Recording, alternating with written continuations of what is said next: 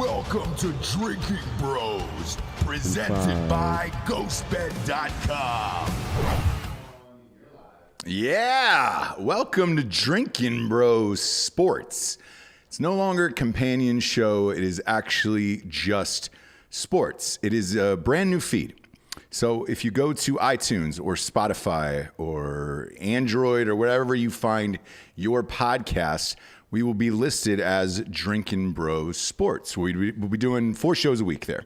NFL, college basketball with the Sippin' Boys over there, and with Hot Bob and Fake Nan. And we'll also be doing some UFC with Mr. Giorgio. And Eric Tanzi is going to do a tailgating food show on Saturdays that we're amped about. Can I tell them the big news? Go ahead. Real big news, guys. Every single UFC fight for the rest of the year, we're bringing you a fight companion. Really? Every single one. So, does that mean you're doing the watch-alongs? Watch-alongs for every single fight for the rest of the year. And if you guys like it enough, and so does Kill Cliff, we're going to expand that all through next year, too. We will find out. Same with my bookie as well, because we're using the same sponsors and all that other stuff. And you guys have asked for a while, because our Tuesday shows have been near 3 and 3.5 hours for the Drinkin Bros Sports Companion show, and we're still not able to cover all of the things we want to cover. So it's like, let's fucking expand it. I want to see Jake Paul fight a gorilla. Yeah, you. I guess an easier way to say that close. is I want to see him get murdered. Well, you might have your wish there. Why? This morning, there has been some serious talks that he may indeed fight McGregor one day. Come on, man. If you're looking at it from a purely like box money standpoint, or MMA? Box. So no MMA. Well, I mean, it doesn't really matter. McGregor's fast as fuck. He will destroy this child. I agree. But would you pay to see it? No. I would. No, I wouldn't. I would pay to see it. I will not put a single dollar into that man's pocket. Which one? McGregor or Jake Paul? Jake Paul. Got it. I will, because the guy's a fucking clown. So let's say he is a fucking clown, right? Mm. You wouldn't pay $50 to see him get knocked out I cold. can watch the replay of that video for free into perpetuity. I don't need to fucking put any money in his pocket to see that. What about his brother? I'm in. Yes, with Logan too. Yeah, Logan's supposed to fight. There's talks of him fighting Jose Canseco. Correct. The best thing that could happen is the two Paul brothers fight each other and throw their last punch, and it's the last punch from Ivan Drago into Carl Weathers' face. Oh, I thought you were going to say Rocky 2, where they both hit each other at the same time, and then whoever gets up in the last 10 seconds No. gets Nobody up. gets up. Okay. The Jose Canseco thing is because he used to fuck his daughter. Correct. Yeah. I mean, his daughter's hot. She's really hot. You can't fight every dude that tries to bang your child. And Jose Canseco is a fucking dirtbag in real life. Yeah. He's banged so much fucking quiff over the years. I mean, don't be a hypocrite, dude. Yeah. I'd fight Jose Canseco just to fuck his daughter. I have 2 Jose Canseco stories, which is rare. I mean, extremely rare. I did a wiffle ball movie. Ted Whitfield, the Whiffler, the wiffle ball legend. We tried to hire Jose Canseco for a scene because my character in that movie was doing steroids to beat the home run record in wiffle ball. And so we tried to hire Jose Canseco, and he wanted like $25,000, like something crazy. It was literally one day. I think we had knocked the shoot down to under 2 hours. So he was only going to be there for 2 hours. All he had to do was say, I think it was 8 lines total, and he was good to go for the day, nothing after that. And I was like, dude, we're not paying $25,000 for Jose Canseco. And he goes, well, I'd say what my brother will do it for 10. And he has an identical twin brother, Ozzy. Yeah. And he goes, no one will know. And if you just want to say it's me for the sake of comedy and everything else, like, go ahead.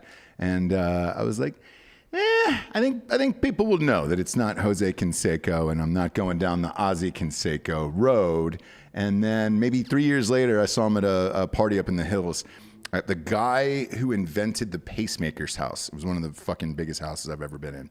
And ended up playing pool with Mr. Canseco down in the basement. And I saw him ripping gator tails that were just epic. And I was like, shit, dude. I mean, and he was still jacked. He still looks great. I would say he is the baseball equivalent of Mario Lopez. HGH will do that. Whatever he is on, he looks fantastic. I cannot verify the size of his penis, but he was able to rip gator tails and absolutely shred pussy all night long, and like it was crazy, man. The downside of that is when you're a guy of that magnitude and all you've done is just destroy hot ass your entire life, then you get cursed with having a daughter. Yeah, the daughter's a complete smoke show. Like I get the whole Logan Paul and the daughter thing. Do you want to put she's- Canseco's daughter up on the screen? Can you put Canseco's daughter up on the screen here for everyone? I mean, she's the first thing that pops up when you search for Jose Canseco. because it's Josie Canseco. Look at that. Yeah, put the picture up of Jake Paul. That one on the far left. There you go. Look at that. I like how Jose was so lazy in naming his daughter that he just goes, let's just throw an I in there and make her Josie Canseco instead of Jose. You know, which is weird, but is that up on screen right now? Yeah, look at that. She's something to believe in. And if you've seen her without makeup on, like, you get it. You get her whole shit, and I'm sure that was a blast for both of them. Yeah. You know? And good on him. But, yeah, man, Jose Canseco fought in the celebrity boxing matches, too, back in the day, if you remember that. Yeah. I mean, he's an athlete for sure, so that'll be interesting. He is, but he's got to be 50-something right now. He's probably 54, if I had to guess. Paul is an athlete, too, though, the older one. Look, my money is on the Paul brothers if they're fighting Jose Canseco. Well, how old is he? He's 56. 56, yeah. He's from Cuba. He's I didn't also know that. 6'4". I mean, I don't know what his reach is. I don't remember him fighting before, but it's probably better than either the Paul. Logan's he's bigger, though. I 56, think dude. Logan's like 6'3". Yeah. But he's 56, man. What are you going to do at 56? 6'2". You're not going to do shit at 56 years old. And you're not Mike Tyson, let's face it. Like, Yeah, but he's from Cuba, so he could be on that Yoel Romero juice where you don't age, where the Soviets he were is. testing Now, all now that I can say. Yeah. Yeah, he looks great. So we Jose have no Canseco idea what looks these great. guys are going to look like, in their 80s. No. Yeah. I think we need to see him fuck before we watch him fight. Yeah. I would. I'm surprised he doesn't have a sex tape. Jose Canseco? Yes. Yeah, it's incredible that he doesn't have one. It's a miracle. HGH treatment improved the penile length in all but 2 boys aged 14 to 15. Interesting. Ish. So if you've got a micro dick, you need to identify it early. If any of those, if you're out there and you're listening to this show and you're under 16 years old, you need to get HGH from your parents. I believe in Jose Canseco's biography or Juiced or whatever. He said that it shrunk his balls, but made his dick huge. Well, that's the only reason it shrinks your balls is because your body stops producing natural testosterone. You take HCG for that, and it fixes it immediately. People didn't know what they were doing back in the 80s, unfortunately. Right. And they fucked themselves up, gave themselves cancer, doing stupid shit. But there's plenty of ways to take these supplements without murdering yourself. The hilarious part about this is with Jose Canseco and the HGH and all that other shit. Do you still have his number? Text him and ask him for a picture of his dick right quick. Look, man. I wonder if I do. But even in the movie, because that was right when Juice was coming out when we were shooting it, I said he could put his fucking book on screen too. That was part of the contract. If we did, I would call him live on air. Remember that time we called Steven Seagal live on air when I had his number? Yeah. Yeah, with the Sklar brothers. With the Sklar brothers, dude. We called Seagal live on air and he answered the phone. That's funny. I'm not going to lie, I freaked out. I was then like, the next day, I think it was Randy Sklar drove by with his daughter because he was picking her up from one of her friend's house or something. And we walked up to the car. We're like, hey, what's up, you piece of shit? Because we didn't see his kid sitting there. And then we both leaned down to look at him like, oh, sorry, your fucking 14-year-old daughter is in the car. But just so you know, your dad's a piece of shit. So I'm looking for Jose Canseco here. Yeah, it's weird. I got a bunch of weird people on here, but not him. I have Jeff Bagwell. Remember the player for the Astros? He's in here. John Wall is in here, the basketball player. Johnny D is in here. Johnny DiMaggio, Bender from Futurama, is a good buddy of mine. And then Joey Chestnut. That is as far as the J's go in my phone regarding celebrities. I don't know why I don't have Jose's number. It kind of hurts my soul a little bit that I don't have his number. Because you never know when you're going to want to call Jose Canseco in the middle of the day and just be like, hey, man, what are you doing? You want to come over and just rap for a little bit? How big's your dick? How big's your dick? How big's your ding dong? Jeff Bagwell's in the Hall of Fame. He is. Great player for the Astros.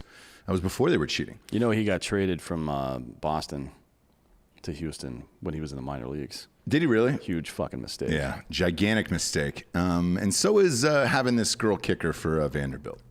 Re-kick. She's going to kick again this week. He was traded for Larry Anderson. Do you know who that is? Yeah, big fan of Larry. I love his work at Costco after that in 1998. But what's your feeling here on Sarah Fuller kicking for Vanderbilt?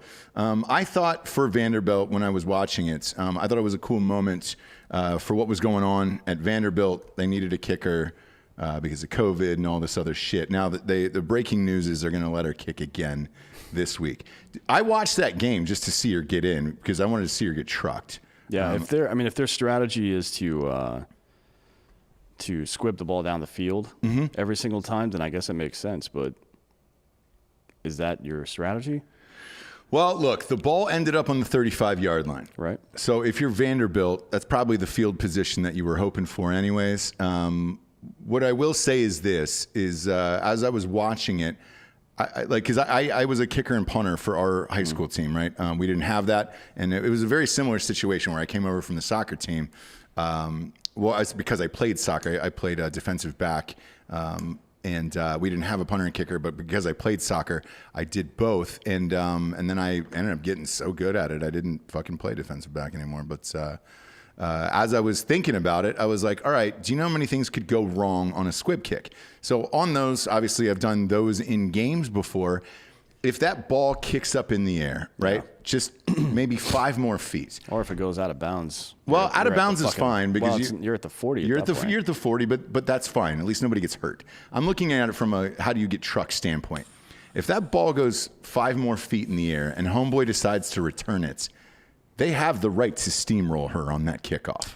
Yeah, for sure. I mean, I guess it depends. You're asking what I think about it. I don't think about these people. But just from an outsider's perspective, a lot of people will say things like, this person's too small to do this, right?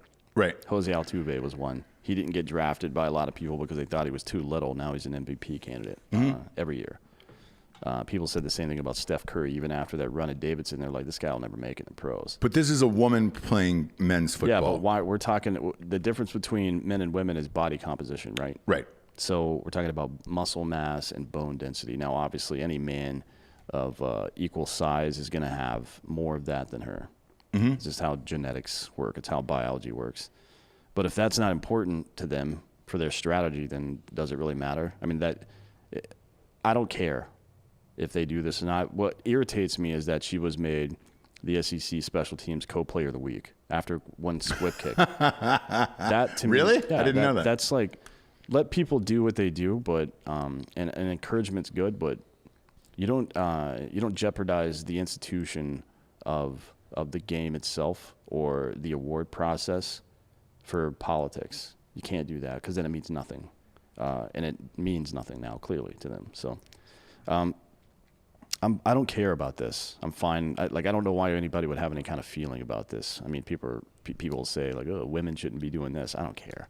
I don't want to be a fucking kicker in football either. Somebody's got to do it. I want to watch the goddamn game. Just kick the fucking ball. I don't care if it's a fucking flying monkey that comes out from outer space and kicks the ball down the field. Just get it done. Start the clock so I can win money at the end of this game because that's what I like to do. Sure. But with this, and nobody won any money on this, by the way, because they got routed 31-0. Yeah, it was a blow. I think it was higher. 41. 41, excuse me. But she did 41. win an SEC championship with Vandy as the 7th seed the same week. So maybe that was put into SEC for soccer. For soccer, yeah. For soccer. Yeah, there's no correct. special teams in soccer, my man. No, I Yeah, get that. But no. she came over. Their options were limited. So the reason she came out for the tryout was like it was Thanksgiving weekend, obviously. Yep. So they would usually put out like an ad for, hey, we have kicker tryouts. Correct. Yes. So she came out, she beat everybody else, and here we are. Right. Well, that tells you everything you need to know about the University of Vanderbilt. Yeah, and because of COVID and everything else, right? But the issue is now this week, she's going to kick again. So they've just announced that she is going to kick again for them. And, you know, look, the first week that it happened last week, right, I thought it was a cool moment because Vanderbilt, they didn't have anyone. I mean, that's who they were left with. She stepped up and she ended up doing it. The problem is now there is other people out there that you could get. to play at the University of Vanderbilt. Maybe. I mean, we haven't seen this woman kick the ball down the field yet, so I don't know how far she can kick it. Obviously, they had more than just her try out, and she beat everybody else. I don't know if it's a publicity stunt or if she actually if she did indeed beat everybody else. Yeah, that's pretty interesting. I'd like to see that. But at the end of the day, everybody's first inclination here is what happens if the person returns the ball through the front fucking 10. What does she do? Yes. Right. And is she going to try to tackle the dude? Or it seems like this woman is very competitive. I doubt she's just going to give up. And honestly, if you're a man, you have a responsibility to absolutely fucking destroy her. Yeah. Because you can't take it easy. You have to and if she gets destroyed like that and gets back up and kicks off the next time, then she fucking belongs there, frankly. And you can't say another goddamn word about it. But you have to fucking truck her ass. It's the same thing as basic training. You have to fuck people up and see if they belong there or not. Yeah, and I think that's kind of what I wanted to talk to you about, because there is women that are in the military, right? Yeah, about 13% of the military, I think, something like that. They're still very underrepresented. Yeah, there's a lot. Are you allowed to truck them in military training? Yeah. Oh, you are? I mean, what happens honestly, in that case? And I'm asking as a civilian. I have no idea. Operators and infantry weren't. They didn't allow women when I was in, so I don't know the answer to that, frankly. I've heard anecdotally that standards are relaxed very frequently for women because they need the good publicity of having people in those positions. Mm-hmm.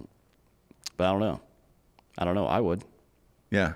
I was curious about it because, from a kicker's perspective, like this one I can answer. I watched her pregame warm-ups. All of her kicks were from about the 10-yard line. Now, I think that's a rope-a-dope thing, though, frankly.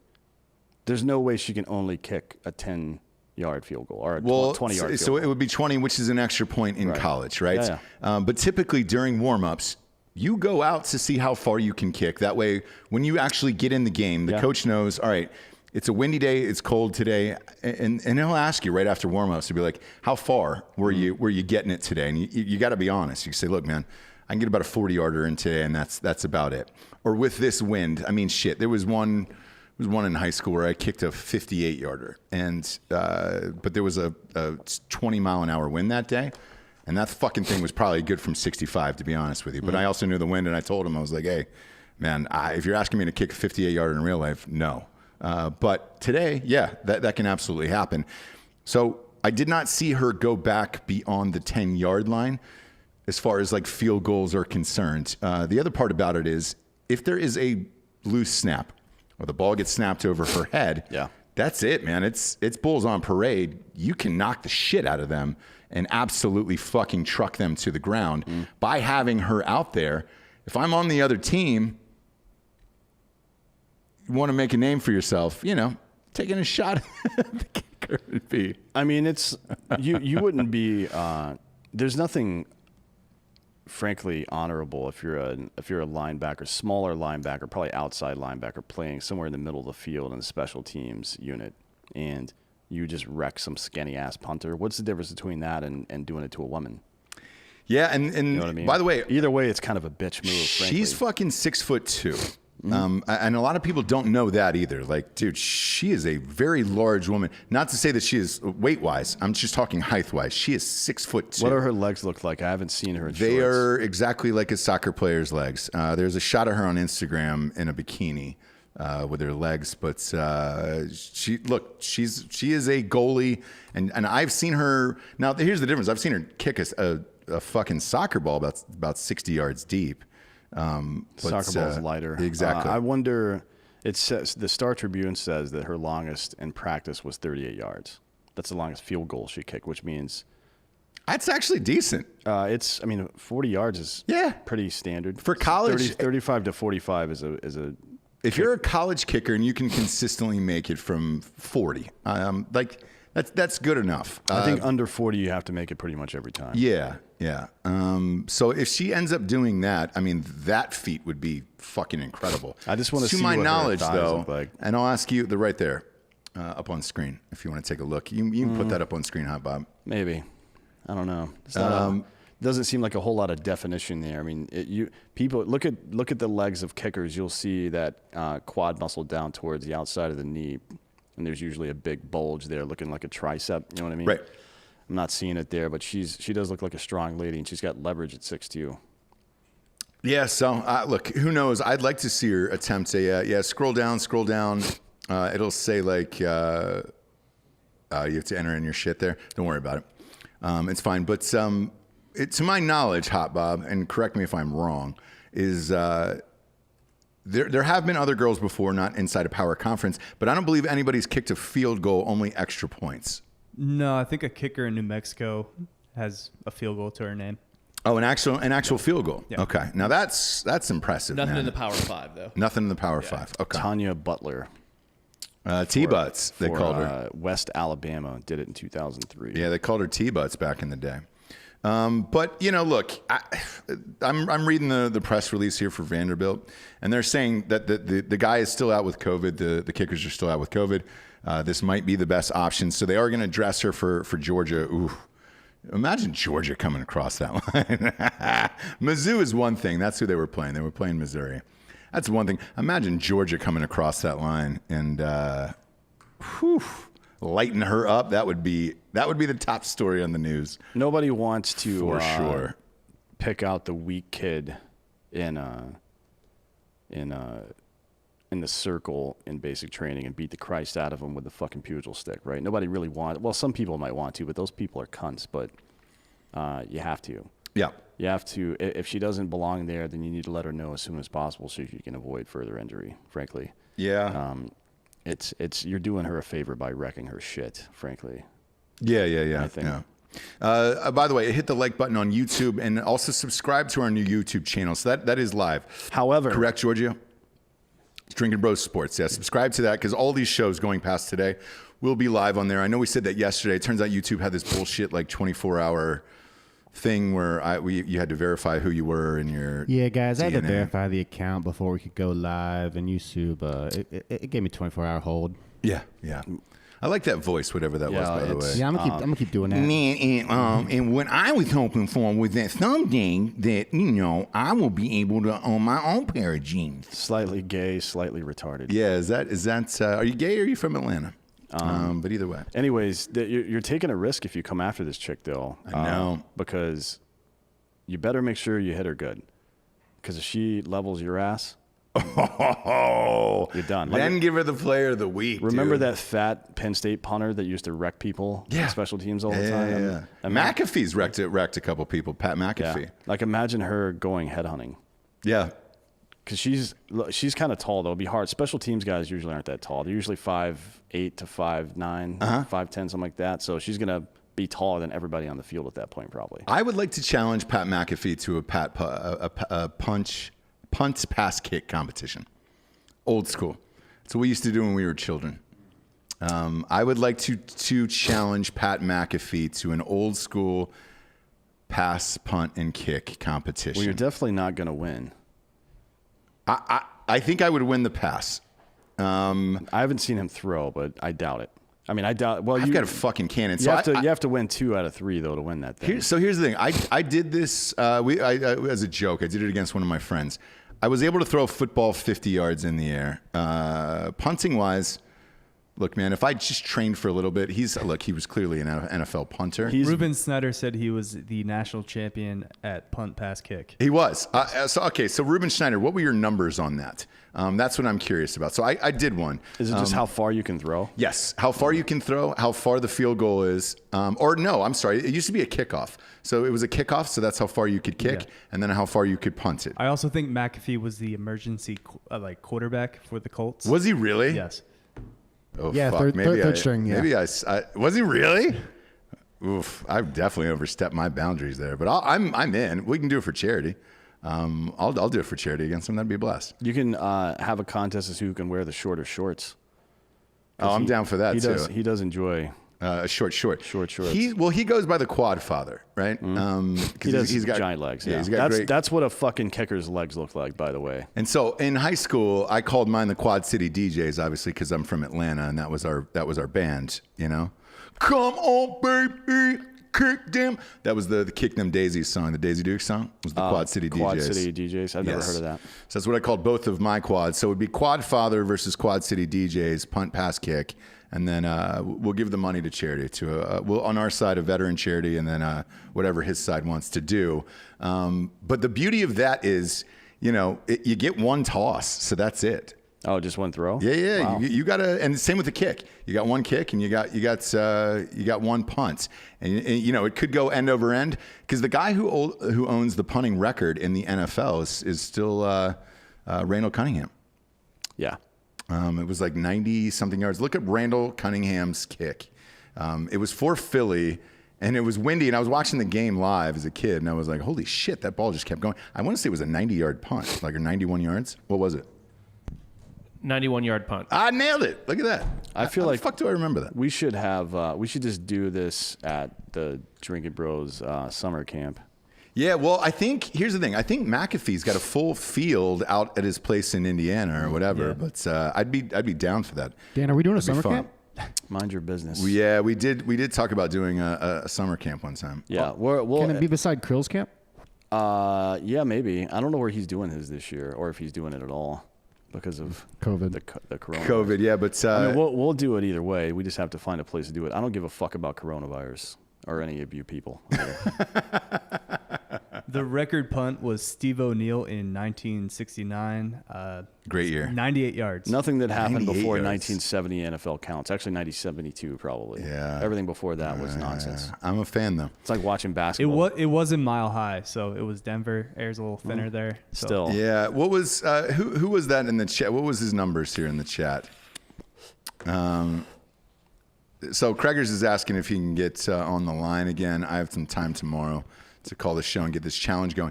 He actually got in a McAfee show when I was coaching the Blue Dragons to the championship. Craigers was able to get in. So yes, I tell him the Drinkin Bros would like to challenge McAfee to a punt, pass, kick, and then and we can give the money to charity. I'd like to warm up the old legs again. I don't know if he still practices or plays. He does or any of stuff that all the shit. time. Yeah. Does he? Yeah. Football. It's one of those He things where mostly shoots basketball, but I was gonna say because football is one of those things, man. When you stop playing, you just don't ever play again. It's weird, unless there's some turkey bowl or some other bullshit. But like, it's mostly flag football, so you kind of like Gronk's got a tournament we were supposed to do. Yeah, if COVID doesn't cancel we'll see. it. Yeah, it'll be canceled. It's during the Super Bowl week. But yeah, man, Miami Beach. Quad City DJs versus the Quadfather. Let's figure it out, man. And I've got a cannon. I did not know he was the backup quarterback though. That hurts. I thought for sure I could win the pass. Now I'm fucking freaked out. He also kicked field goals at West Virginia, so he was originally a place kicker. I kicked. All right. D1 kicker. But I think it's a kickoff though. Is what the pass punt kick is. So. Whatever, man. I'm a man of my word. I'll fucking do it, dude. Let's go. I talk shit. Is heckling allowed? Yes. Yeah, you can do whatever you Of want. course. Then it's now we like- get some do whatever you strategy want. going. Yeah. It's like basketball. You get psych outs. Yeah. Right. Yeah. I like I did it. The last time I did it was actually at University of Alabama. There was one there. I slaughtered everyone. But The last that time was- I did it was a youth football camp, and I think that's where you're supposed to do it. Yeah, it is. I think it gets cut off like past age 14. Yeah, that's when you stop doing it. Yeah, but I'm definitely in. So I've talked shit, and it's already out there, and we're live, and I can't go back now. So yeah, whatever, man. I'm in. Let's go, Pat McAfee. And somebody's saying he's a pro wrestler now. I told you this the other night, and you were like, "What the fuck?" He's doing WWE shit. Oh, yeah, I've seen McAfee it. is. There's an extra wrinkle to this. Okay.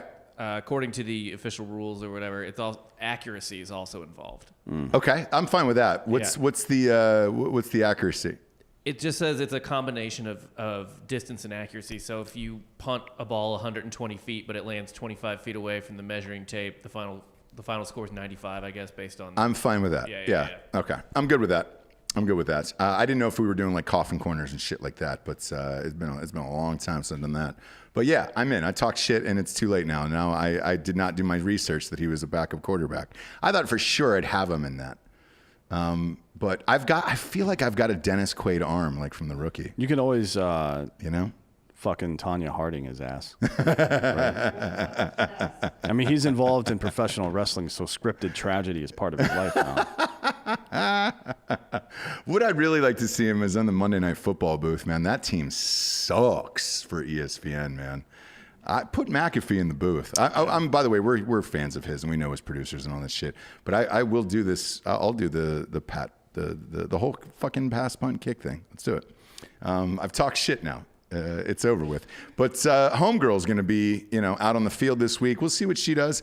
I'll pop into that Vandy Georgia game just to see if she gets in there against Georgia, though. Man, that is no joke, my friend. So what we're doing on the new sports feed is again we're doing separate shows because college football is. In NFL, we're going way too long. On Tuesdays on Drinkin Bros Sports, to subscribe to the new audio show, subscribe to our new video channel where we'll be going 4 days a week. And again, Eric Tanzi will be doing tailgating food from Instill Distilling Co. in North Carolina. So if you're there, you can actually go drink and fucking enjoy his food when they shoot that show once a week. Hot Bob and Fake Dan will be doing college basketball. You guys are on Thursday, right? We're kicking off on Thursday, but Thursday from nights. then on, we say Monday? Mondays? Yeah. Yeah. Okay, great. And then Georgia will pop in for the big UFC events. The smaller ones are really fucking hard. Yeah, but I'll be there watching them anyway. I promised you every freaking event for the rest of this year. You get to watch me get drunk and do drugs and watch UFC. So, if you're not here for it, I am. The beauty of it is we're paying for it. So you basically just get to watch free UFC fights, which is awesome. Well, he's buying his own drugs, though. That's true. Yeah, if we had to supply you with drugs, the whole company would be bankrupt. Yeah, we wouldn't be able to do anything here. With that, I feel like, there's something that's going to be on the fake news this week. Colombia is the country is considering legalizing cocaine, and not just is it really not just cocaine, but the cartel industry at large. They're trying to legalize it right now. Well, would that knock out the cartel? Is that why they're doing it? No, it would remove the violence, the necessity for violence. Yeah. Right. Most of the violence that's happened in Colombia was FARC and Pablo's people against government employees, basically. Okay. And this would give cocaine to the people, and you can just buy it off the cartel. Right. All right. I'm all right with that. Yeah. As long as you get rid of the violence. If you legalize it and do away with the violence, then any violence that happens is going to be not part of the norm anymore, but it'll be standout, which means people will react to it, which means the same thing will happen that happened in manufacturing in China. People start demanding more wages, right, and better conditions, and then the industry improves. Yeesh. Right, and then we get better cocaine, although it's going to cost more. So be prepared for cocaine prices to go shoot up. Go up. But that is what it is. I mean, you pay for quality. For sure. You really do. And that's in everything in this life, not just cocaine. We want to thank everybody who subscribed to Drinkin Bros Sports, the audio show. It is currently number 25 on iTunes in America. And we can probably take this to number 1. All you have to do is go to Drinkin Bros Sports on iTunes, rate the show a 5-star, and leave a review. It's not even the millions of listeners. It's just the fucking reviews on that goddamn thing that'll push it to the top. And I think we can do it. So go there and then go today and review episodes, review the whole show, fucking rate, etc. Yes, and we will have we can say it now. We're gonna have the quarterback for the '85 Bears, Jim McMahon, will be on tonight on Drinkin Bros and on Drinkin Bros Sports to kind of kick off that feed. No better person to do that with. And today will be our college football day. So, like I said, we're going to break this down from college and then NFL days. So that way these shows aren't 4 hours and you're in your car. Because you also couldn't download them. Anything past like 200 megabytes was you can't download it unless you're on download Wi-Fi. it. So we switched it up and we got our own show. So subscribe to that. But we have the same sponsors. First and foremost is KillcliffCBD.com. 25 milligrams of CBD in every single can. They are the very best in the biz. You're going to need it for the holidays. Christmas is upon you. There's nothing that goes better with vodka than Killcliff. Dan should know he's literally drinking it right now. Well, there's mostly vodka in here at this point. And this is Ignite. This is the energy drink. Yes. And the promo code is good on it works Killcliff. on both sites. Killcliff.com and KillcliffCBD.com. Drinkin Bros will get you 30% off currently and free shipping. That is a monster sale. Get it fucking now and get those cases shipped to your house immediately. As far as the CBD goes, no THC in any of those, so you will not piss hot on there. And people are already blowing us up, asking us if we're doing a live show for the Steelers. Ravens game tomorrow. Yes, we are. That will be on our new Drinkin Bros sports feed. We will be here. Yeah, we've got a big guest tomorrow. We'll be live tomorrow at 1:30 with Dave Rubin. I'm sure all of you know who that is. Yep. That'll be on Drinkin Bros, and then on Drinkin Bros Sports, we'll be doing the NFL show. We'll do an NFL gambling show, and we'll be live reacting to the Steelers Ravens game, which I expect to be an absolute shit show. By the way. Well, there's no quarterback for the Ravens, and there's no running there is. backs. I mean, RG3 is an all right quarterback, right? But not like in a normal game. He's the kind of guy that might be able to pull some shit out. But against the Steelers, he's probably going to get his fucking neck broken. To be honest, I mean, I don't know how he's going to make it. And then the Steelers, they're missing James Conner. He's got COVID, so he's out. It's going to be a strange game. I still think the Steelers are going to win, but weird, man. On a fucking Wednesday, here we are. Go to killcliffcbd.com today. Promo code Drinkin Bros, 30% off and free shipping there for that. Next up is mybookie.com. Promo code Drinkin Bros will double your deposit. All the spreads that we are reading today for the college football show are from mybookie.com. Promo code Drinkin Bros doubles your deposit. I hit another teaser last night, a 5-game teaser. That is my 6th of the year. I said I would do this for you guys. I've always said the same thing. Teasers are junky bets, but man, I've hit 6 of those this year. I'm great, but I did not think I was that great. Holy shit, dude. And that was a pick'em last night on that Seattle game for me. That +6 on that 6-point teaser. It's great. I don't know, for whatever reason, man, I've had success in that, and it's been a great year. I won, $3,000 or $4,000 this weekend. So pretty amped about that. It was all through mybookie.com. They were not amped about that, but whatever, man. Fuck them. That is not my job, is to make them money. It is to make you guys money, and that's what D'Anthony and I do on all of these shows. Like, I don't really care who the sponsor is. I love MyBookie, but I want to win at the end of the day. And, I'm sorry that I'm not sorry, MyBookie. No. We'll take anybody's money. I don't give a shit. Promo code Drinkin Bros doubles your deposit there. Last but not least, ghostbed.com/Drinkin Bros. Their fucking Black Friday sale is still going right now. 30% off the entire site. Pillows, sheets, mattresses, adjustable bases, you name it. 30% off at ghostbed.com/Drinkin Bros. And as always, they got a pay-as-you-go program, no interest. So if they're shutting down your city or your towns, you might as well sleep in comfort and watch these games from your bed. Shit, tomorrow, if we weren't going live tomorrow, you'd probably just be doing mushrooms in your ghost bed watching that Ravens game. I'll still be doing that. I'll just be here. Yeah. As always, at ghostbed.com/Drinkin Bros, they get a 36-month pay-as-you-go program, no interest there. So you can go there. You can put it all on interest-free fucking. It's not even layaway. They just ship the shit right to your house. I don't even know if they check your fucking credit there. I don't even know how that works. It's the best. Take advantage of that deal, man. It's like $35 a month. Let's get wet with the college football action this week. Will Ohio State play, by the way? Right now it says they have resumed activities, and they're planning to play on Saturday, which is good news. I don't know what's going to happen with Ryan Day. They're saying he will not coach in person if they are allowed to play on Saturday. Just give him a video game controller. Well, Saban beat Auburn from his living room by 30, so I think we're fine on that. I don't really give a shit about if he's there or not until we start getting some CFP games, but we'll figure that out. That is the first game up this week so far. It is the noon game, which, God damn it, man. You fucking assholes in these noon games. That is 11 for us here. Ohio State against Michigan State. This is at Michigan State. Michigan State was able to pull the panties down on Northwestern last week. And they were numbered fucking 9. Everybody's number something right now, but none of it's real. It is a sim world in college football this year. This is Ohio State minus 24 points with an over-under of 59 It's like being on a deployment. Even women who you wouldn't even consider talking to start to become attractive, right? Yep. So we're pretending. It's cognitive dissonance, and we're applying it to college football this year.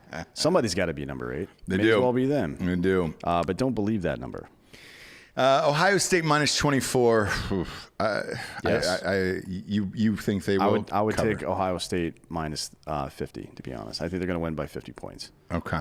This is stupid. I mean, 24 is a ridiculous number to put here. Look, I think Ohio State has to put a lot of points on the board, especially letting Indiana come back after being up 35-7 and letting Rutgers come back after being up 42-7 and not playing.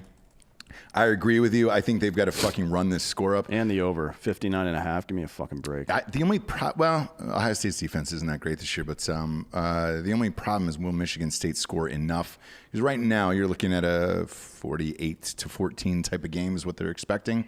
I hope that's the case, but yes, I'm going to bet Ohio State in this one. I'm going to put this in a 6-point teaser as well and take this down to 18. I think they have to blow them out, and I think it is by 4 scores. The interesting part to watch, though, with this is what I'll say is my insider info on this regarding Ohio State is they're not saying who has COVID. So it could be Justin Fields for all we know. We have no idea who has COVID and who does not have COVID on that list that they were worried about. If it's a starter, they would have to announce it. One would think. But since this is on a Tuesday, we don't really know yet. We know Ryan Day, the coach, does, but who is he around and what happens with him? Well, anytime I coach anything, I make out with all the players. Yes. So yeah. So expect it. But for as of now, yes, I bet this game, and I think Ohio State runs it up because they have to. They've only got 2 games left. Yeah, they were off last week. I think Justin Fields is probably going to run for 100. Maybe. His passing numbers are disgusting this year. Yeah. 90 of 113. It's been economical for sure, but he hasn't had a lot of opportunity. No. Just because they've only played 4 fucking games. I know. And Garrett Wilson, by the way, is the best receiver in football, man. That kid is fucking all world. He's averaging 303 or so yards per game. That's not bad. No, he's averaging somewhere in the 150 range per game, receiving wise. Are you talking about Justin Fields? Talking about Fields. Yeah, Fields has been great. His last game was shitty, but whatever, man. Go with the Buckeyes on this one. Next up, we got Texas A&M, who is number 5. It doesn't seem right that they should be number 5. And they're playing Auburn at Auburn. Auburn got absolutely fucking shit-tarded by Alabama with Saban coaching in his living room. I'm looking at this spread, and I don't understand this spread. This is Texas A&M -7 against Auburn. They're number 5. Why is the spread 1 touchdown in this game? Am I missing something here? No. They just don't believe in Texas A&M whatsoever? No one believes in anything. I mean, this has been a very difficult year to bet and predict what's going to happen in games. College-wise. NFL's been okay. Like, no one expected A&M to beat Florida, frankly. No. That week, I bet the house on Florida, actually. But in this one, I'll take this down 0.5 point. I'm going to take Texas A&M. I've seen Auburn play 4 times already this year. And one time they looked okay against Kentucky. Everyone else they looked awful against. Yeah. I mean, they lost to South Carolina. Yeah. It's not good. I'm going to take this down to 6.5. I'm going to buy 0.5 point and bet this. Yeah, that's fine. I'm good with that. Yeah. Next up, Texas. How is Texas still ranked at 17? I was at this game last week. Took my 6-year-old. It rained. They lost. They looked terrible in this game. Absolutely horrific. They're playing Kansas State, who's 4-5. Whatever. I know it's Kansas State, but it's Texas -10. And I don't know which Texas team is going to show up. 2 players just left this week. Well, they're ranked 17 right now because the college football playoff rankings come out tonight. Oh, tonight. Yeah. So but are they going by CFP? Or is this? I think they're going by coaches poll. Well, it's never the coaches poll. poll. AP. They dropped out of the AP. Well, yeah, on the numbers you see never are the coaches poll. It's either AP or college football ranking, and they usually switch as soon as that first ranking comes out. So got it. Because I'm looking at this and I'm like, dude, it's still a 10-point dog on this. And to me, man, I don't know what's going to happen because two players just quit Texas this week that are up for the NFL, and they're like, no, we're good on this. I don't know what they're going to do with Tom Herman. He had 3 meetings today. And he said they had productive talks. What does that mean? We're getting you the fuck out of here to get Urban Meyer in there? He still has 2 years on his contract. He's done. Tom Herman's done. He's done. Texas is rich as fuck. They'll buy him out.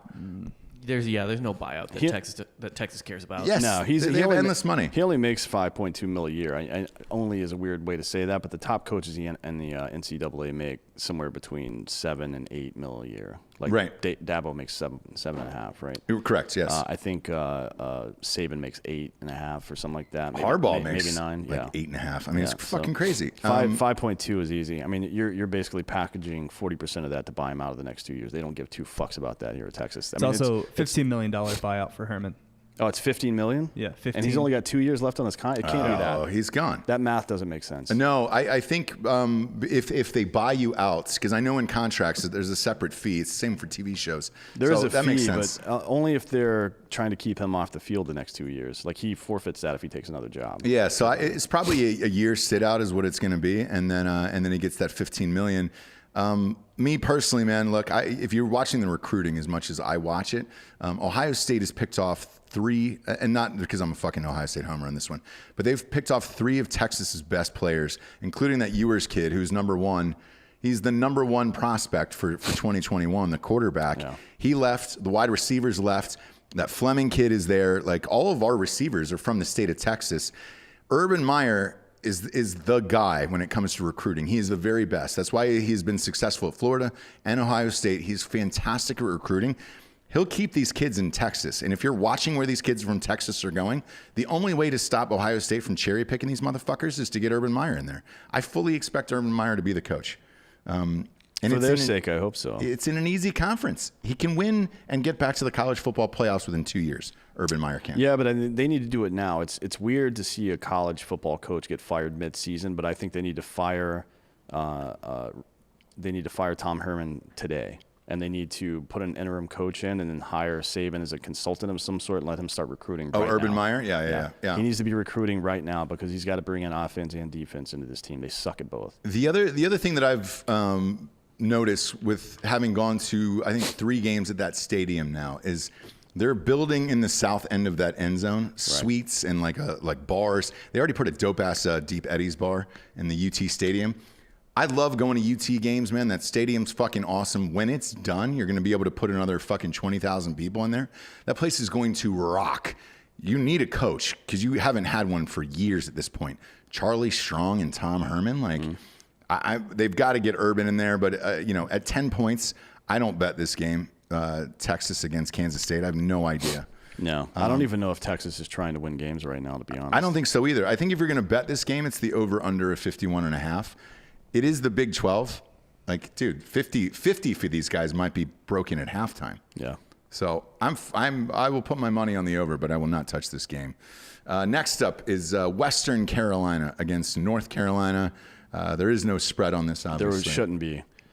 North Carolina is going to beat the fucking bejesus out of these assholes. One would think. By the way, you can get tickets to all these games on drinkinbrostickets.com. They are available, by the way. And this is like a 40 to fucking 4-5 game or some stupid shit like that. Or if they care. Score. Yeah, if they care and something like this. Like North Carolina's season's done. They're not playing for a title.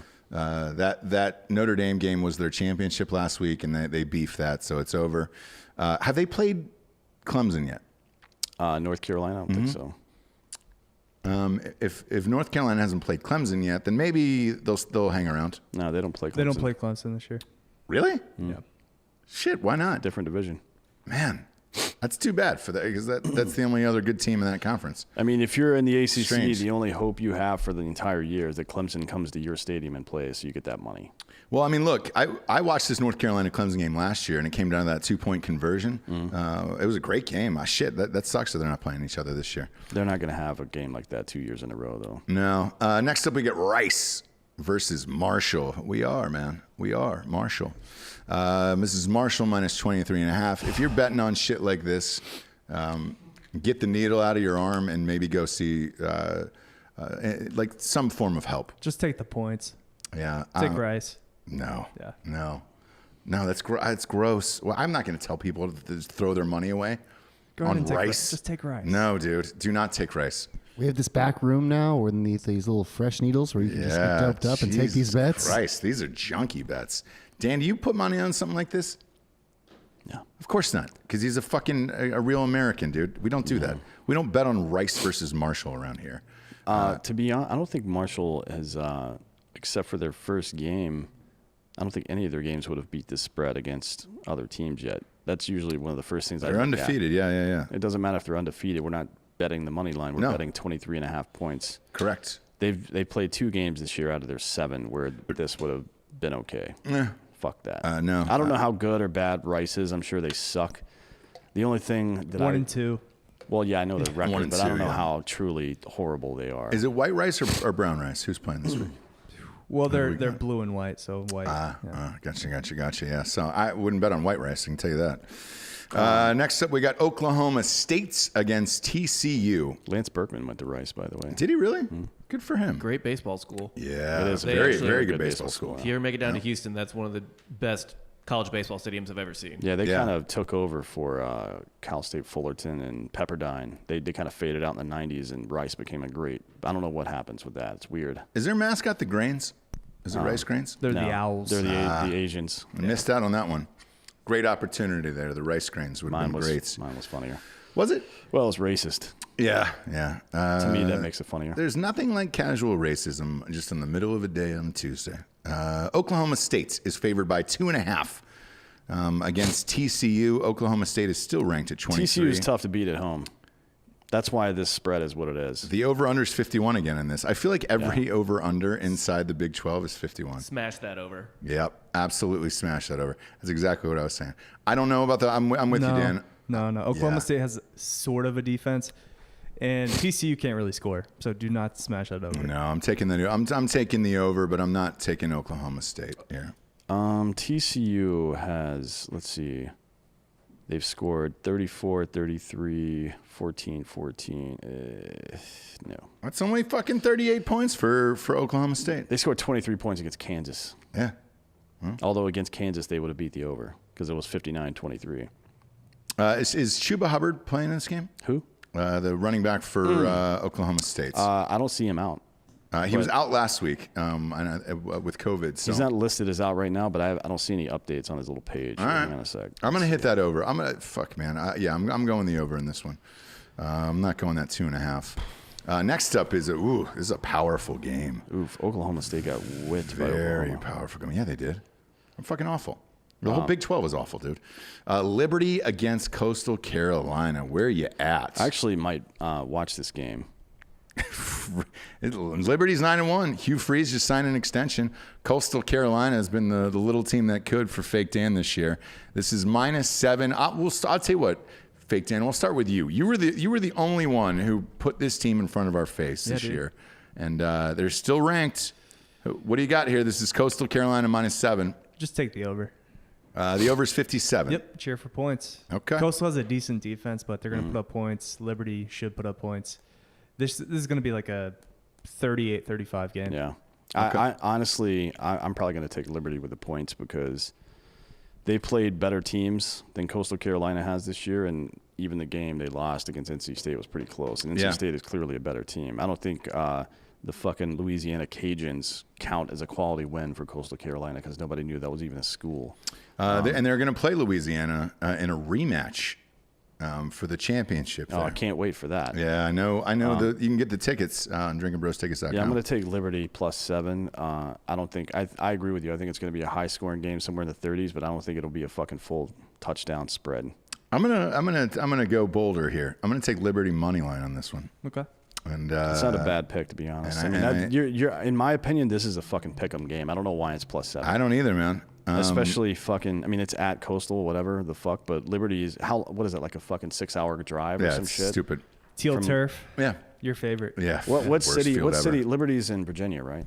Lynchburg. Lynchburg. yeah. So, it's probably like a fucking 9-hour car Lemonade. ride. From there to Charleston, it's probably like a 9-hour car ride. Yeah. Down 95, give or take. Yep. Right? Yep. Yeah. That's not going west to east or east to west or any of that shit. I think Liberty's got a good chance to win this game.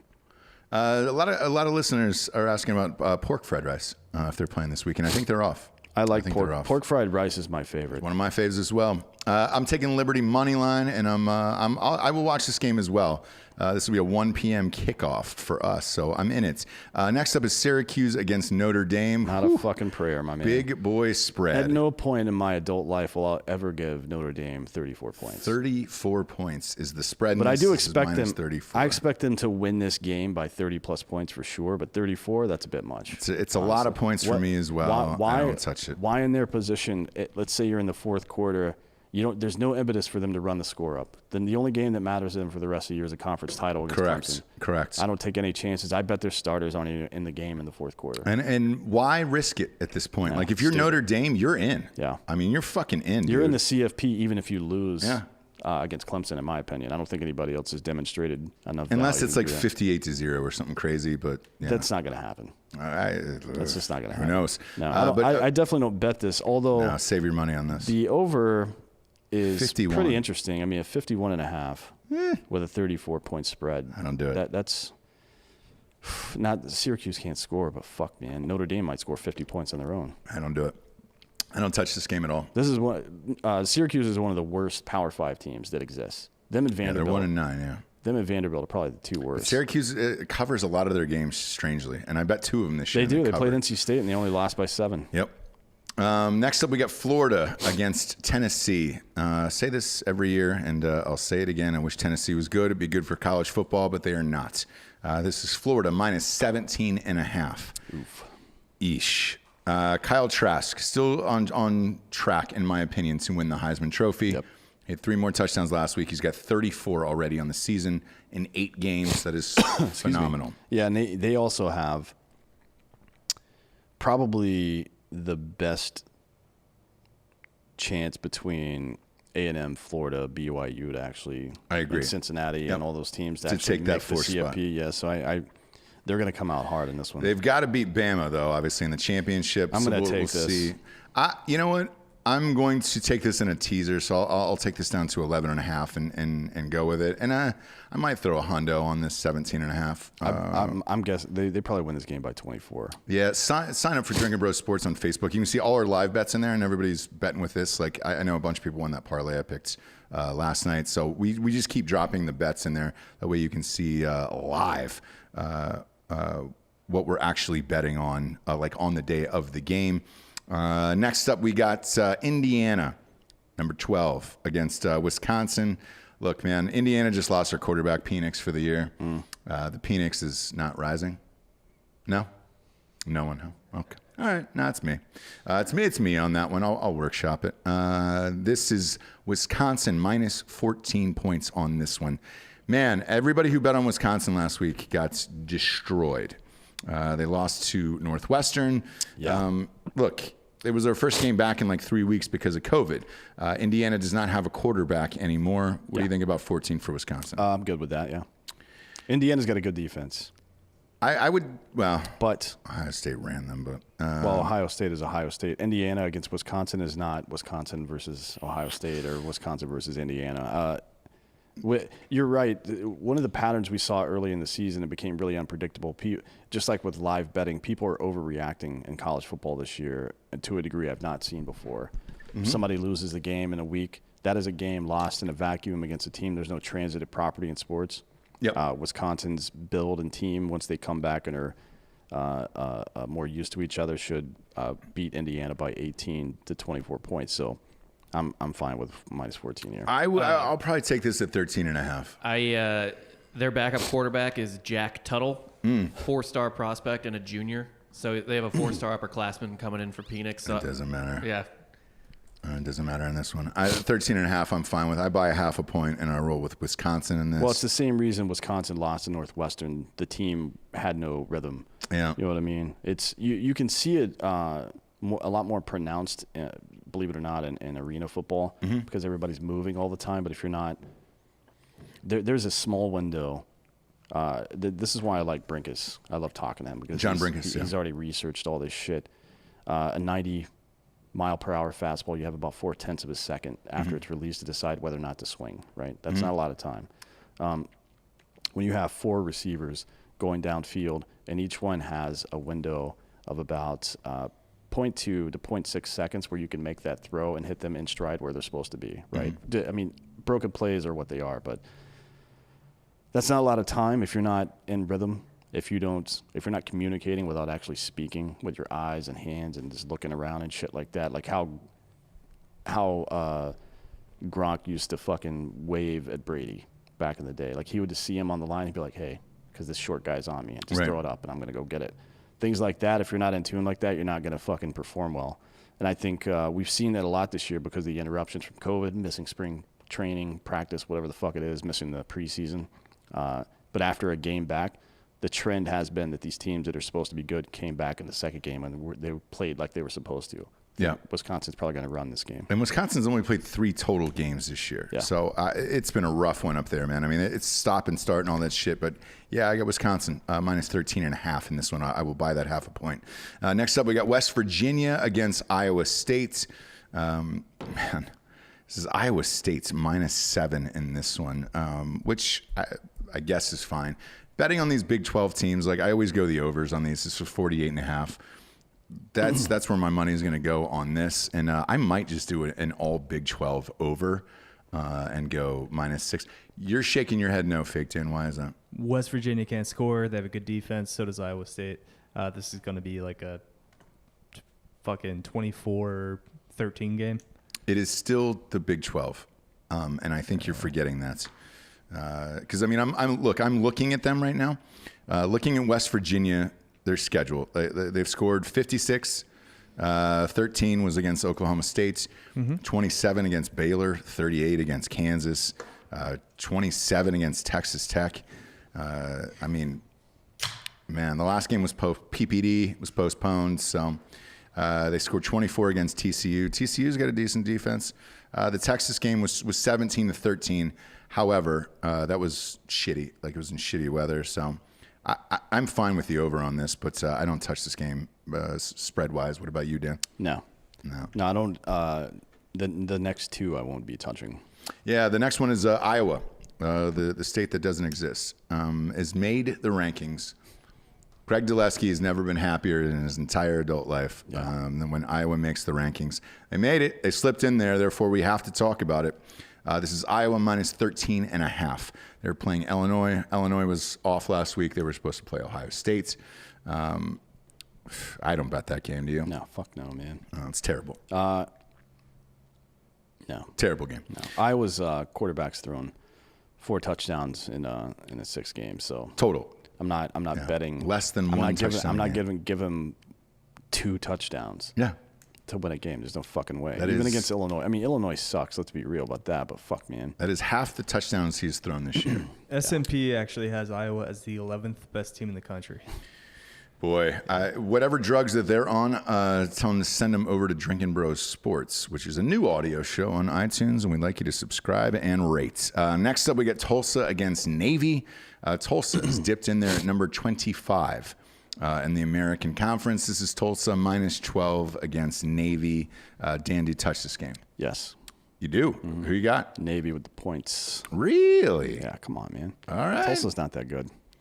They're 5-1 right now. So I mean, I could be 5-1 right now. In the American Conference, it's fucking ridiculous. I do not bet this game whatsoever. The unknowns to me. I think it's supposed to rain there on Saturday. Yeah, that all of that benefits Navy. It does. But I don't touch this game, man. I've gotten burned betting on Army and Navy games before. At the beginning of the season, Marshall was the one who fucking ripped them up. So I'm not touching this game. You're an American Conference guy, Fake Dan. Yeah. Tulsa, minus 12. They're going to win the game, but yeah, I mean, they just have a way of surviving. Mm-hmm. They're going to be down probably for 3 quarters, and they're going to pull it out of their ass. So Navy plus the points is probably the play. Tulsa has only covered in 1 game this year. Yeah. Although I think they were the dog in the UCF game, and they won that. But the games they were supposed to win, they only covered once. I'm pretty sure they were the dog in the SMU game as well. Yeah. Yeah, that's true, yeah. Well, maybe. I don't know. I don't remember actually now. SMU was ranked, and Tulsa was not. Yeah, but I going think into it was in Tulsa, so I think Tulsa was actually the favorite right now.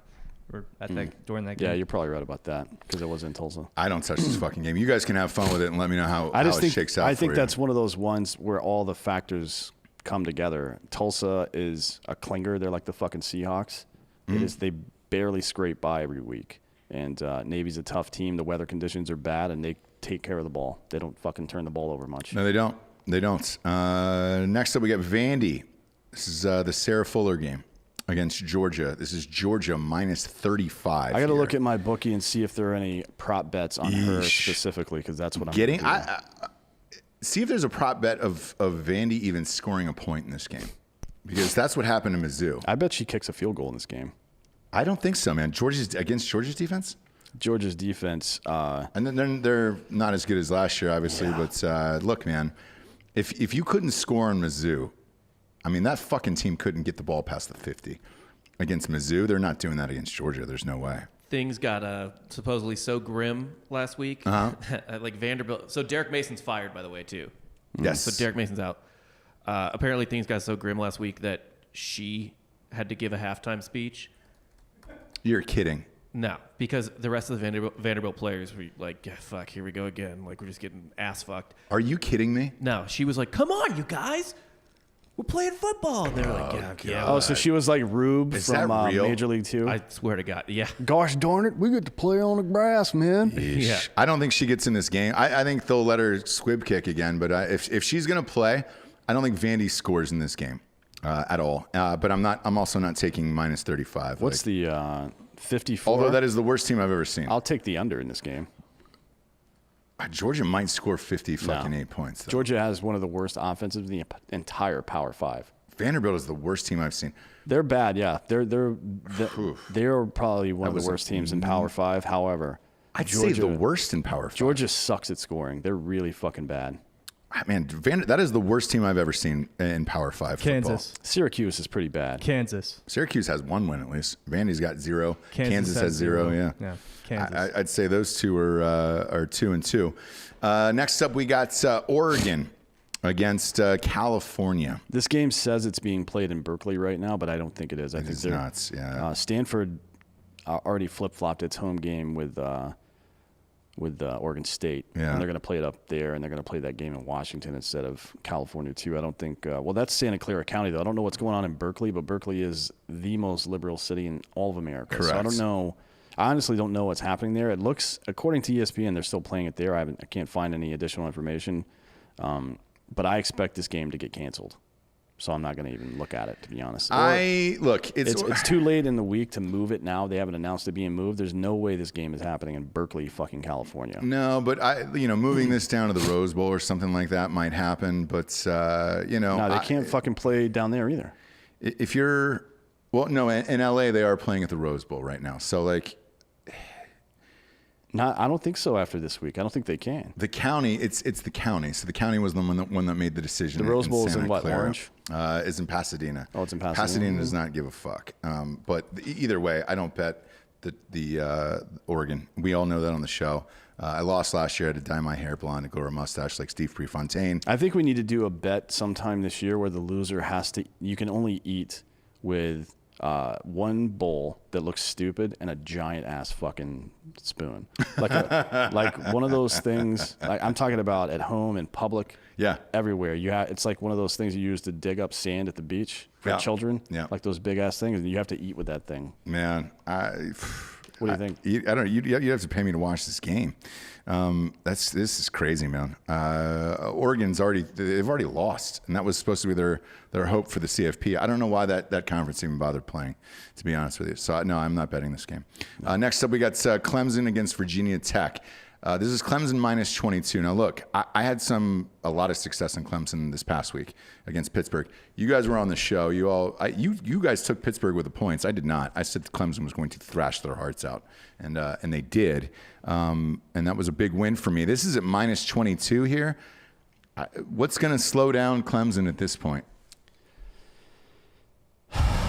They look real fucking good, man. Yeah, Trevor Lawrence is back. Having that loss means they have to play. Yes, They've got to play out the rest of the games. But the over-under is interesting. 67. 67 is a lot of exactly points. how much are they expecting Virginia Tech to score? I don't know. I mean, this is a lot of respect for Virginia Tech here. At 4-5, like, dude, 22 is the lowest I've seen a Clemson spread this entire season. This is so far. fucking. Besides Notre Dame, obviously. Rob talks about this all the time, and I just talked about it earlier.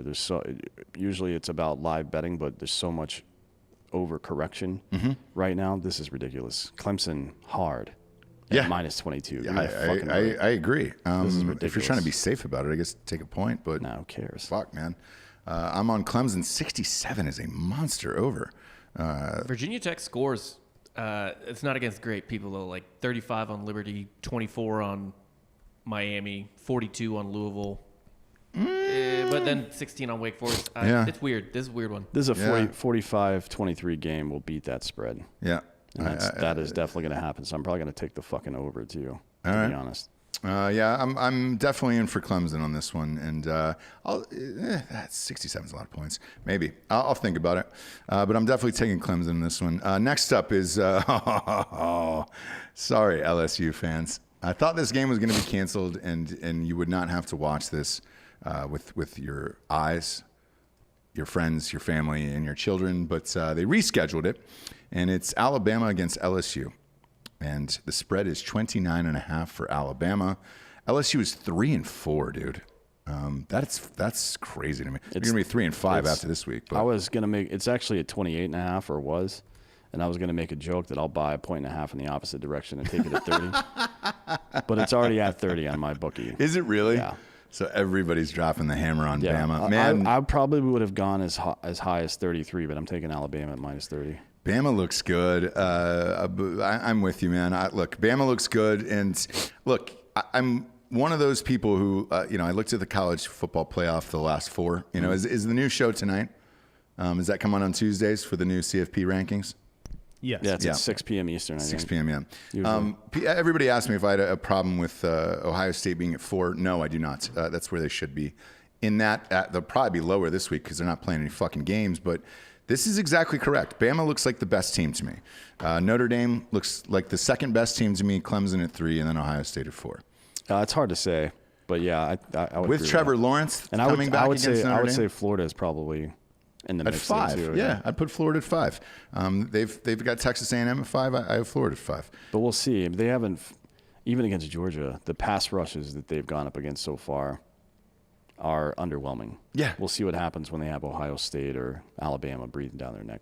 Yeah. I think they may fall apart the same way that Notre Dame typically does in the playoffs, but you don't know yet. No. They've played the people they've played. And this one is the 8 o'clock game. So, if you're an LSU fan and the whole world has to watch this live on CBS at 8 o'clock on primetime on Saturday, yeesh. To do something else that day if you're an LSU fan. Go somewhere, maybe have a crawfish boil or something like that. Definitely don't watch this game because it's gonna be awful. Well, I don't know if you're feeling like Kurt Cobain. This might be a good time. He didn't do it. Dr. Cyril Wecht told us on the show this week that he did not do it. You didn't listen to that Drinkin Bros episode? That was one of my favorites we've ever done. People keep asking me about this. We're going to have him back on. God, he was good. It was a great episode. Just to talk about Epstein.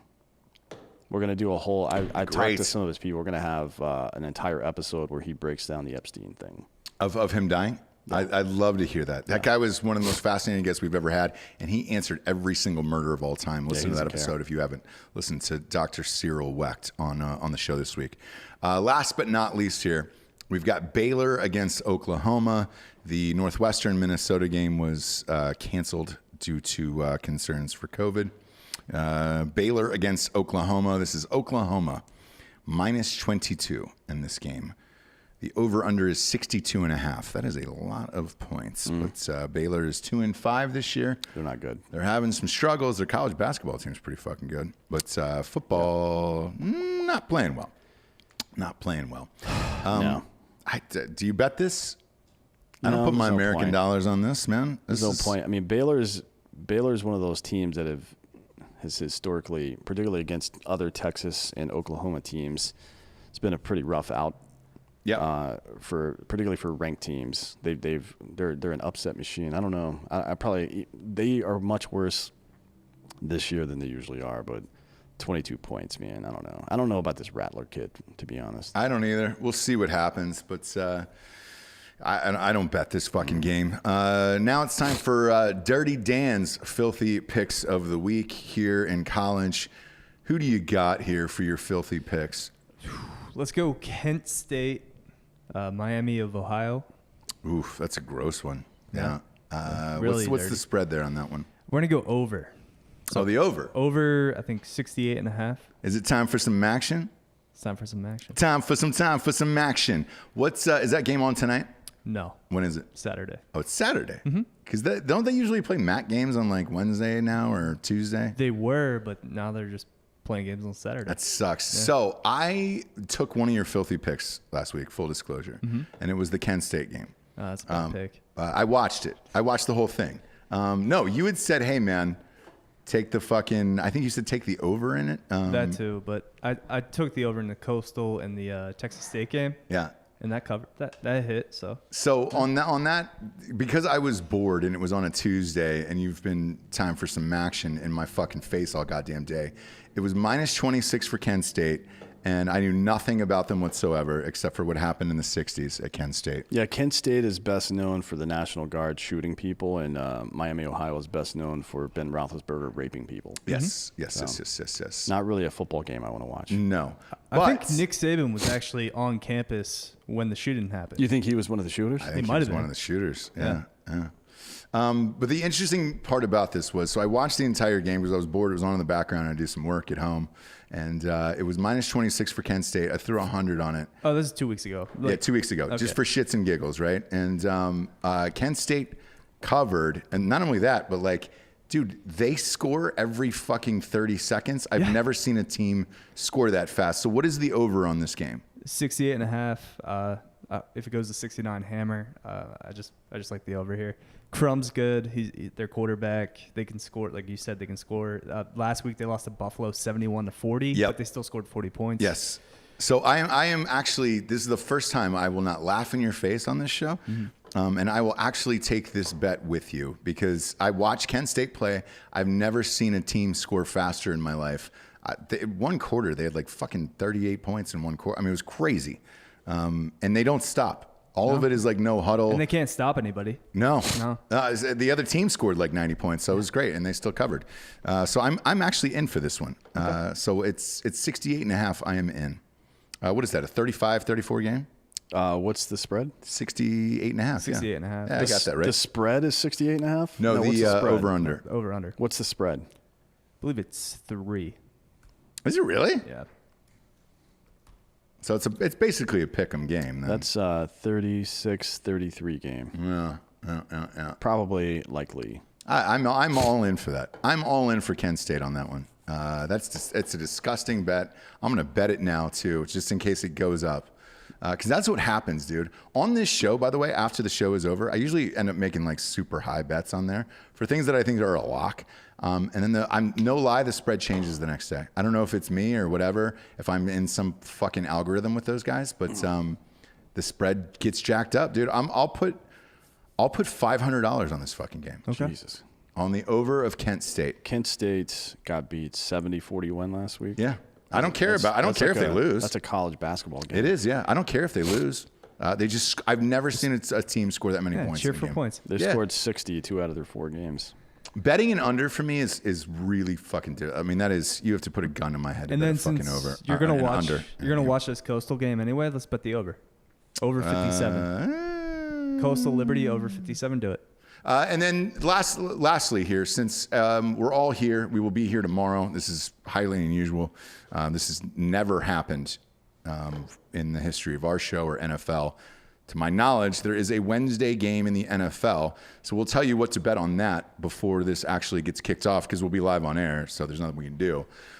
Doing the NFL show, ironically. This is Ravens against the Steelers. This is Steelers minus 10. Who do you guys got in this one? We'll go around the horn on this one because this is unprecedented. Shit. RG3 is playing. I don't even remember the last time he's played. 2 years ago? I don't even know how old he is at this They point. get him in, Dan would know this better than me, but they get him in like the Heisman formation, they call it. Where They have packages for him. Yep. Yeah, they have packages for him. In and out. And they're terrible. I got a package for him. Yeah, I got my whole brethren for him. That's my Dick Balls and Tate for him. In this, I will probably buy a half a point, and I'm going to take the Steelers at -9.5. They have no running backs for the Ravens, and they have no quarterback. Over under is 42. Yes, but because look, the defense for the Steelers is great, and the Ravens defense is pretty fucking good. So I would rather take the point spread and not the over under in this one. And their bodies aren't used to this, so No. On a Wednesday? There's a big gambling in the gambling community. It's a thing called Christmas Day unders, where you bet the under in NBA basketball for times where guys don't usually play. Right. So maybe that applies to this game. It's at 2:40. Yeah. Central. Yeah. On a Wednesday. That's weird, man. Yeah, I don't know. Maybe the Christmas Day under applies here. Yeah, maybe. What are you doing in this one, Dan? Oh, you don't like it at all. I don't think I've ever seen that face out of you. Well, RG3's got a 4.1 quarterback rating this year so far, so it's doing pretty good. Well, I don't think he's thrown a pass. He's to my thrown knowledge. one. Okay. Well, he's thrown two, and he completed one. It is 1 for 2. He's 50%. But the other one was an interception, so. Was it really? Yeah.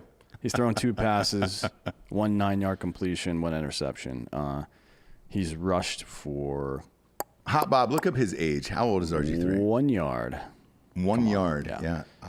He's barely played this year. I don't know who this running back they're using is. Gus Edwards. I know Gus Edwards. So I know Gus Edwards. Yeah. Gus Edwards is fine. You're going to see a heavy dose of him. But Well, he comes from a prestigious college football program at Rutgers, so he's good. No, this guy's a clown, man. Get the fuck out of here. Gus Edwards is all right. No, he's not. Yeah, he's fine. He's not. He's got 376 yards this year. He's all right. He's not bad.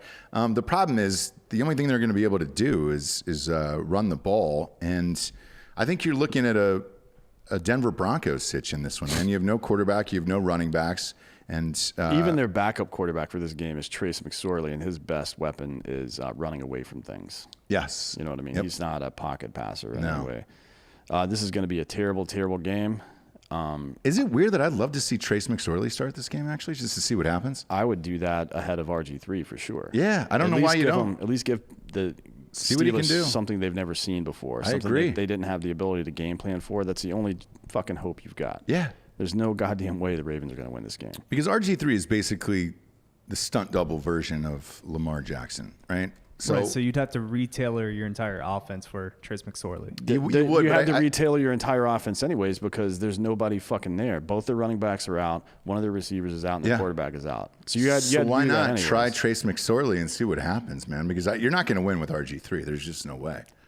I might bet this under, to be honest. At 42, or Yeah. I you- think this is going to be a 24-0 game. Okay, so if you believe that, then I think what the other smart play to do is do a 6-point teaser on the. You can take Pittsburgh at -4 then, which they'll easily beat, and then take this over up to 48 points. So that way, there's no way these teams are scoring 48 points, right? No. Unless Roethlisberger just airs it out to Chase Claypool and those guys all game. But Baltimore's got a pretty decent defense. I don't even see that happening. So I think that's the play tomorrow, and I'm going to go heavy on this. I'm going to go Pittsburgh -4 and a 6-point teaser, and then at the over it's 48. And then I'll probably bet this individually at 9.5 and buy a half a point. I'll go hard on this because this is we're going to be live on air. We might as well celebrate tomorrow our Might lives. as well have fun. Right. Yeah, dude, we're an essential. Podcasting are essential. We're not going anywhere because of COVID. We're here. What are you doing, Hot Bob, in this game? I actually just like the straight up line. I think the Steelers win by 10. I agree. It's at 9.5 or it's at 10. It's at 10. 10. Yeah, I'd buy a half point. Yeah. Just call it. Yeah. Also, RG3 is an elderly 30 years old. Oh, he's only 30. Well, only 30, but he hasn't played. I did not know that. May as well be he 60. he has probably a couple cadaver AC tendons in his knees. It's so. weird. I would have said 35 on RG3. And to be honest, what's his nuts for Pittsburgh is out. They're running back. But Benny Snell is pretty good. Benny Snell's good. I think he'll be fine. And so is Jalen Samuels. Jalen Samuels is good too. So I think their Steelers are fine. I think the Steelers roll in this game, and it's at home. And there's nothing more than Steelers fans love more than a home game with no fans in the stadium at 3:40 on a Wednesday. I mean, the Steelers are probably pissed off too because this is all because of the Ravens. Yes. This is all on the Ravens. Nothing to do with the Steelers whatsoever this year. By the way, if you had Chase Claypool on your team in fantasy, you're probably winning your league. That guy's been on fire this year. Eight touchdowns. He's been great, probably in that flex position. I just can't wait for the fantasy season to be over. Yeah. This is one of those things where I still have a game left because I have the Ravens defense. I've got Mark Andrews, so as long as he gets 1.5 points, then I'm win this week for fantasy. But Mark Andrews is out, so is he really? Yeah, he just got listed out now, so I lose. But I don't blame him. I wouldn't play this game either. Let me ask you: can you drop somebody for whoever the backup tight end is for? I don't know. I've done that before. I've decided, but you're in the playoffs regardless. I'd hold on to Andrews. There's no reason. Well, I can drop other people. I don't know. Look, but I don't really care. It depends on if they played this week or they were on a bye. Otherwise, you can't. Strange year, man. Fantasy wise, Jesus Christ, this has been awful. I can't wait for it to end. I don't know how these guys are going to make it through the rest of the year. Really curious to see college-wise if Ohio State plays, and if a Big Ten team can make it. There was a rumor I heard yesterday about the Big Ten where if they're not allowed to play for the Big Ten championship, that they would possibly match up Wisconsin against Ohio State as like a shadow game underneath that to potentially please the college football people. All this shit is... Yeah, I'm not watching that. It's fucking weird, man. I'll watch it, obviously. It's like watching fucking Mike Tyson fight. Well, no, there'll be a winner in this one. There has to be. But I don't even know how you get that sanctioned. It's strange, man. There's some... Todd Welch is saying Baltimore gets 6 points in this game. He thinks that Justin Tucker will kick 2 long field goals. Yeah, there's another interesting line on this. If you just want to take the individual team over-unders, right now Baltimore's set at 14.5. On my bookie? No shit. So that's saying, do you think they're going to score 17 points, basically? Wow, that's actually a really fun bet, dude. No, I don't think they will. What about what's Pittsburgh's? It's at 26.5. 4 touchdowns. That's a great one. I don't touch it, but I like it. I like it. Weird times, kids, but we're here with you. Luckily, we're going 4 days a week on Drinkin Bros Sports, the new audio show and the new video show. We'll be going live from that channel tomorrow, so subscribe to Drinkin Bros Sports on YouTube, and we'll be doing the NFL show tomorrow with all the spreads, and then this game will be going on live in the background, so we'll be able to have a live reaction to the action tomorrow, and we're going to have a shit ton of money on this, so I'll be all in tomorrow. I'm looking forward to that show. That'll be a blast tomorrow. Yeah, it'll be fun. And then Drinkin Bros podcast, we will be live with Dave Rubin, and it's going to be awesome. Super stoked about that. Giorgio, do you want to say something? You're waving the mic around. Yeah, 45 of you have already subscribed to Drinkin Bros Sports. I'm going to need the rest of 200 y'all in this room to go do that right now. Back to Ross. What did you say? I didn't understand one word of 45 people have already subscribed to Drinkin Bros Sports. He's telling the other several hundred people in here right now to go do the same. Oh, for the YouTube feed. Yeah. Okay, cool. It sounded like you were dying there, or possibly hit by a car, or had too much weed this morning. Whatever it is, I'm proud of you, Giorgio. I want you to know that you are loved. You are loved, and we love you guys. Subscribe to Drinkin Bros Sports on YouTube and iTunes, and rate us and review us and all that shit. And we'll be with you live during the NFL game tomorrow. Looking forward to it, D'Anthony. For D'Anthony Holloway, I'm Ross Patterson. This is Drinkin Bros Sports, the college football show. We'll see you live tomorrow for the NFL show. Good afternoon, everyone.